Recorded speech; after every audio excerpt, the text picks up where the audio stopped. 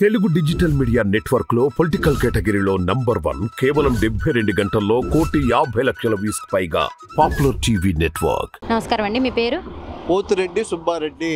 ఏం చేస్తుంటారండి? Full time party worker. ఎలా ఉందండి ప్రస్తుతం మీ పార్టీ పరిపాలన? ఎలా ఉందండి ప్రభుత్వ పరిపాలన? పార్టీ పరిపాలన చాలా బ్రహ్మాండంగా ఉంది. జగన్మోహన్ రెడ్డికి జనాలు మొత్తం కూడా స్వాగతం పలుకుతున్నారు. ఆయన గెలిపిస్తారు, ఆయనే ముఖ్యమంత్రి అవుతారు. ఎందుకు గెలిపిస్తారనుకుంటున్నారండి? అసలు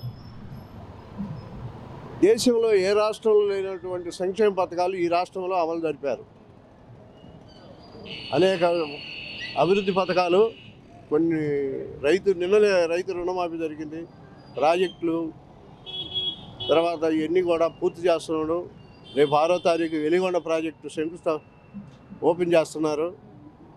ఆ చుట్టుపక్కల 3 జిల్లాలకు 4 జిల్లాలకు కూడా తాగునీరు సాగునీరు ఇవ్వడానికి ప్రాజెక్టును పూర్తి చేసి రేపు 6వ తారీఖు విడుదల చేస్తున్నారు జగన్మోహన్ రెడ్డి గారు. మరి ఇలా చేస్తున్నారంటున్నారు. అసలు జగన్ గారు ప్రజల్లోకే రావట్లేదు అంటున్నారు కదండి. పాదయాత్ర అప్పుడు ప్రజల్లోనే తిరిగారు, ఇప్పుడు సీఎం అయిన తర్వాత ఒక ప్రెస్ మీట్ పెట్టలేదు, ప్రజల్లోకి రాలేదు అని చెప్పేసి ఆయన వచ్చి స్వయంగా వచ్చి ప్రజల సమస్యలు తెలుసుకోలేదు అని అంటున్నారు కదండి. ముఖ్యమంత్రి గారు వచ్చి ఇంటింటికి తిరగరు కదా, స్టేట్మెంట్ ఇస్తున్నారు. పార్టీ నాయకత్వం ఉంది, అనేక మంది స్టేట్ నాయకులు, జిల్లా నాయకులు, ఎమ్మెల్యేలు వీళ్ళంతా ఉన్నారు. ఎక్కడికక్కడ ఉన్న ప్రజలందరికీ వివరం ఇస్తున్నారు. ఆయన చెప్పేటప్పుడు ఆయన వస్తున్నారు, ఆయన ఇస్తున్నారు. ఇంటింటికి వచ్చి గడప గడపకు ముఖ్యమంత్రి తిరగరు కదా, ఆయన ఎలాగ వస్తారు? ఆయన పేపర్ ద్వారాను లేదా టీవీ ద్వారాను ఇస్తున్నారు, చేసే పనులన్నీ చేస్తున్నారు. అభివృద్ధి సంక్షేమ పథకాలన్నీ కూడా డేట్ టు డేటు తప్పకుండా అమలు పరుస్తూ చేస్తున్నారు. ఎన్నికలు వస్తున్నాయి, ఆ పని మీద ఫుల్గా బిజీగా ఉన్నారు. అభ్యర్థులను నిర్ణయించడానికి ఆయన ఇంకా తిరిగేది ఎక్కడ? మరి ఈ అభ్యర్థుల్ని నిర్ణయించే పనిలో ఉన్నారంటున్నారు. మరి మొన్న చంద్రబాబు నాయుడు గారు అభ్యర్థుల్ని ప్రకటించడం జరిగింది. మరి చంద్రబాబు నాయుడు గారు అభ్యర్థుల్ని ప్రకటించగానే సీఎంగా అంటే జగన్మోహన్ రెడ్డి గారు భయపడుతున్నారు, వైసీపీ వాళ్ళంతా అని చెప్పేసి అంటున్నారు. దానికి మీరేం చెప్తారు? జగన్మోహన్ రెడ్డి గారు చంద్రబాబు నాయుడు ప్రకటించక ముందే నెల ముందు నుంచే అభ్యర్థులను ప్రకటించుకుంటూ వచ్చారు. అంతకు తప్ప చంద్రబాబును చూసి భయపడాల్సినంత అవసరం జగన్మోహన్ రెడ్డి గారికి లేదు. చంద్రబాబు నాయుడే జగన్మోహన్ రెడ్డిని చూసి భయపడుతున్నారు. అనేక పార్టీలను కలుపుకుంటున్నాడు. జగన్మోహన్ రెడ్డి నేను ఒక్కరినే, నా పార్టీ ఒక్కటే పోటీ చేస్తుంది, ప్రజల్లో నాకు మద్దతు ఉందని అనేక వందల సార్లు జగన్మోహన్ రెడ్డి గారు చెప్పారు. చంద్రబాబు భయపడే పవన్ కళ్యాణ్ బీజేపీని వెంటబడి వాళ్ళని కలుపుకోవడానికి ఆయన తీవ్ర ప్రయత్నం చేస్తున్నాడు. కానీ జగన్మోహన్ రెడ్డి భయపడేవాడైతే ఈ పార్టీలందరినీ కలుపుకోడు కదా, ఆయనే కలుపుకుంటున్నాడు, ఆయనే భయపడి. ఇప్పుడు టీడీపీలో ఎప్పటి నుంచో పనిచేస్తున్న కార్యకర్తలకు కాకుండా, నాయకులకు కాకుండా కొత్త వాళ్ళకి సీట్లు ఇవ్వడం జరిగిందని అంటున్నారు. మరి సీనియర్ నేతలంతా అసంతృప్తితో ఉన్నారని తెలుస్తుంది. దానికి మీరేం చెప్తారండి? ఇక్కడ మా పార్టీలోనా? టీడీపీలో అంటే ఆయన ఇష్టం. ఎందుకంటే పవన్ కళ్యాణ్కి సీట్లు పంచాలి, బీజేపీ వాళ్ళకి పంచాలి.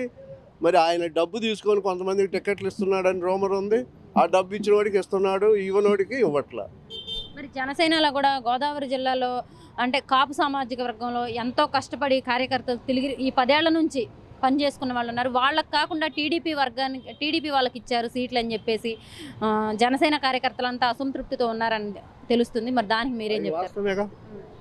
వాళ్ళు సీట్ల పంపకాలలో సరైనటువంటి నిర్ణయాలు తీసుకోకుండా, సరైనటువంటి అభ్యర్థులు పెట్టకుండా ఉన్నారు కాబట్టి వాళ్ళకి గొడవలు జరుగుతుంది.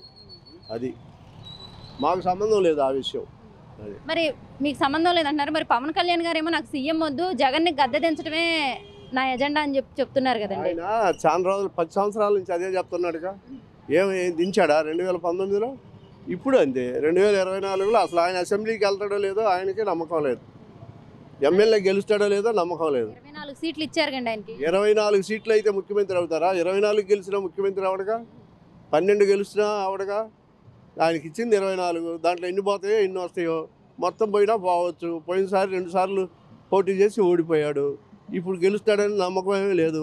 వీళ్ళు ఏమన్నా కొత్త ప్రయోగాలు చేసి కొత్త పథకాలు పెట్టి జగన్మోహన్ రెడ్డి కన్నా మేము ఎక్కువగా చేస్తామని ఒక హామీ కూడా ప్రజలకు ఇవ్వలేదు. చెప్తూనే ఉన్నారు కదండి, ఎక్కువ పథకాలు ఇస్తామంటున్నారు, మద్యం రేట్లు తగ్గిస్తామంటున్నారు, మంచి మద్యం తీసుకొస్తామంటున్నారు చంద్రబాబు నాయుడు గారు. ఇప్పుడున్న మద్యం అంతా కల్తీ మద్యం అయిపోయింది.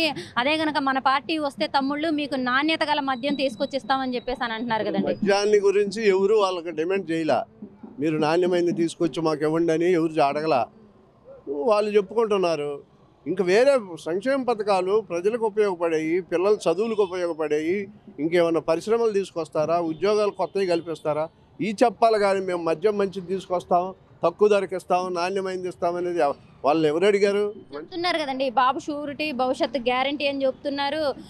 ఇప్పుడు ఉన్న పిల్లలు కాదు, ఇంకా ముగ్గురిని నలుగురిని కనండి, నేను అమ్మ ఒడిస్తానని చెప్తున్నారు కదండి. ఎంతమందిని కంటే అంతమందికి కనాలి మీరు అని చెప్పేసి చెప్తున్నారు కదా చంద్రబాబు నాయుడు గారు. ఎంతమందిని కంటారు?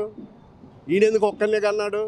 ఈయన ముగ్గురు నలుగురిని కనవచ్చుగా, ఒక్కరిని లోకేష్ని ఒక్కరిని కన్నాడు ఎందుకు? ఈయన ఊర్లో వాళ్ళేమో నలుగురు కానీ వాళ్ళు పేదోళ్ళు అయిపోయి తిండికి లేక సావాలా. ఈడేమో ఒక్కడే కావాలా, ఆస్తులు పంపకం జరగకుండా కొడుకు ఒక్కడే ఉండాలి, వాడికి 1000 కోట్ల ఆస్తి కావాలా, వాడిని ముఖ్యమంత్రిని చేయాలి. మిగతా వాళ్ళు ఏమో పిల్లలు గుంపులు కానీ చదివించుకోలేక పనులు లేక ఇబ్బంది పడాలి.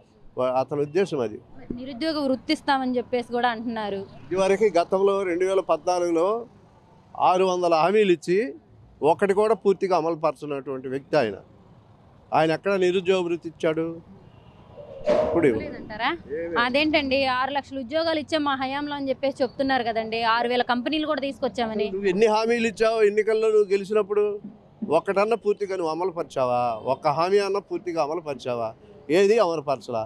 అదేంటండి, రైతులు రుణమాఫీ చేసామంటున్నారు, డ్వాక్రా మహిళలకి రుణమాఫీ చేసామంటున్నారు, పసుపు కుంకుమ ఇచ్చామని చెప్పేశారు, ఏదో వాహన మిత్ర ఇచ్చామని చెప్పేసి అనేకమంది ఇచ్చామని చెప్తున్నారు. ఎన్నికల్లో ఆడవాళ్ళు స్త్రీల ఓట్ల కోసం ఇచ్చాడు, కానీ ఆడవాళ్ళు ఎవరు ఆయన సమ్మతించలేదు, అతన్ని నమ్మలేదు, అతనికి ఓట్లు వేయలేదు, ఓడిపోయాడు. అది ఓకే అండి. మరి రాబోయే 2024లో మరి ఇవన్నీ ఈ పొత్తులు ఇవన్నీ ఇటు షర్మిల గారు మళ్ళీ కొత్త పార్టీ అందరూ వచ్చారు, మరి ఇవన్నీ తట్టుకొని జగన్ గారు మళ్ళీ సీఎం అవ్వగలరా? గ్యారంటీగా అవుతారు, గ్యారంటీ గెలుస్తారు, గ్యారంటీగా ముఖ్యమంత్రి అవుతారు. షర్మిల గారు వచ్చినా ఏం చేయలేరు, ఇంకొకరు వచ్చినా ఏం చేయలేరు, వాళ్ళంతా గుంపు అయి వచ్చినా ఏమీ చేయలేరు.